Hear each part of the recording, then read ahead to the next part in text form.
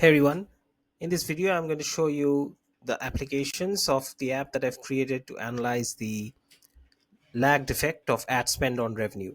So just to give some context, if you're in performance marketing, you would obviously see some days where performance shifts, either it increases or it dips sharply, and you would be tempted to believe that the ad spend of just the previous day or maybe just a couple of days back, that is probably the reason, or in most cases it would be the ad spend of yesterday which might have caused this performance shift.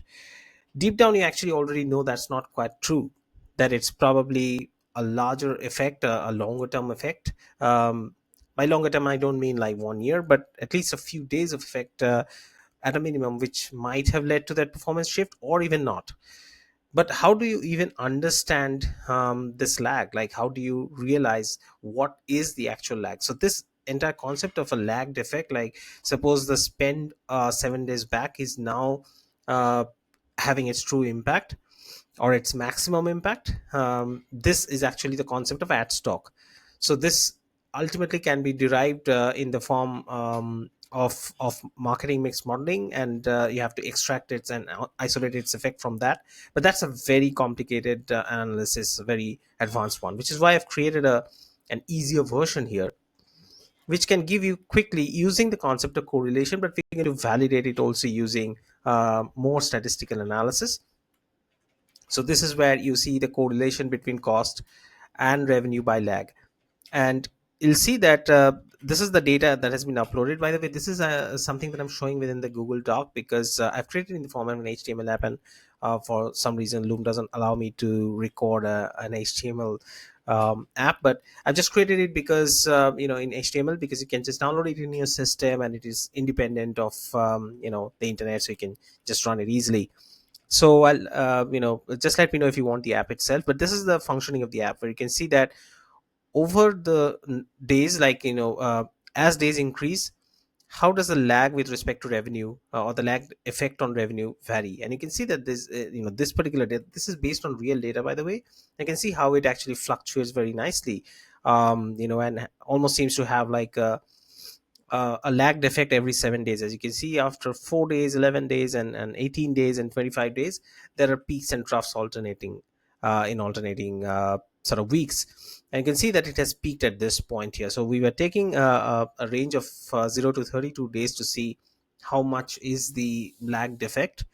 And you'll see that at 22, the lag effect is actually the highest. And so what this app is going to do is it's going to do this analysis, and it's going to find out automatically the highest, the number of the n number of days in a day where the lag is the highest. And based on that, it's going to give this chart here. So now you are not plotting, so this is also a time series chart, but what it is doing is it's giving you the variation of cost over time, but it's plotting it against revenue with a 20-day lag. So you're plotting the cost of today with the revenue 22 days from now.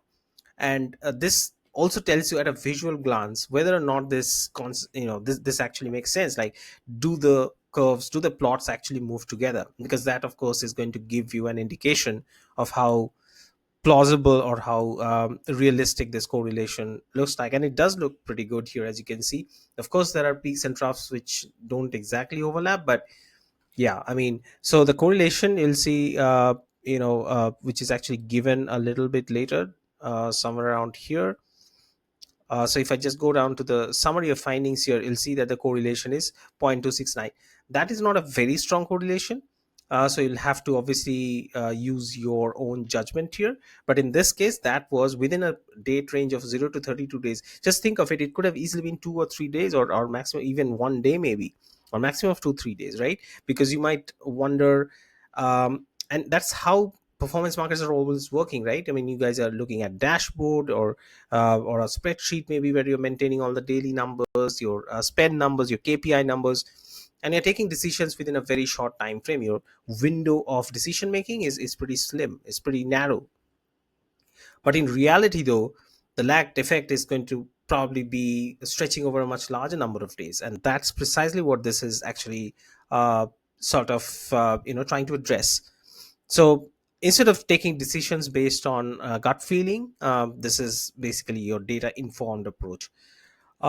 In addition to the lagged effect, what I've also analyzed here, what this app is automatically going to do for you is do a day of the week effect analysis. This is also very important because each day of the week probably has its own natural seasonality, maybe sometimes for very vague reasons, sometimes for very natural reasons, like if if it's a brand which is not so much a need oriented product but a more sort of impulse oriented product, like it create FOMO effect, or people will mostly buy out of an impulse, then possibly the weekends are going to perform better.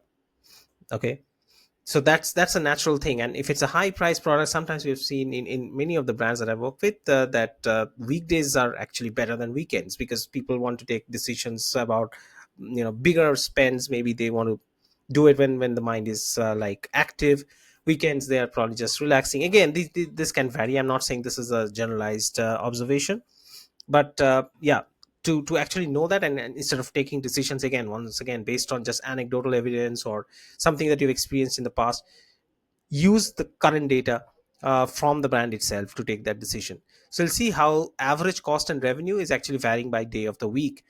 And to combine this with the concept of lag, so that you see that in this particular case we saw how the lag is actually alternating, right, every 7 days.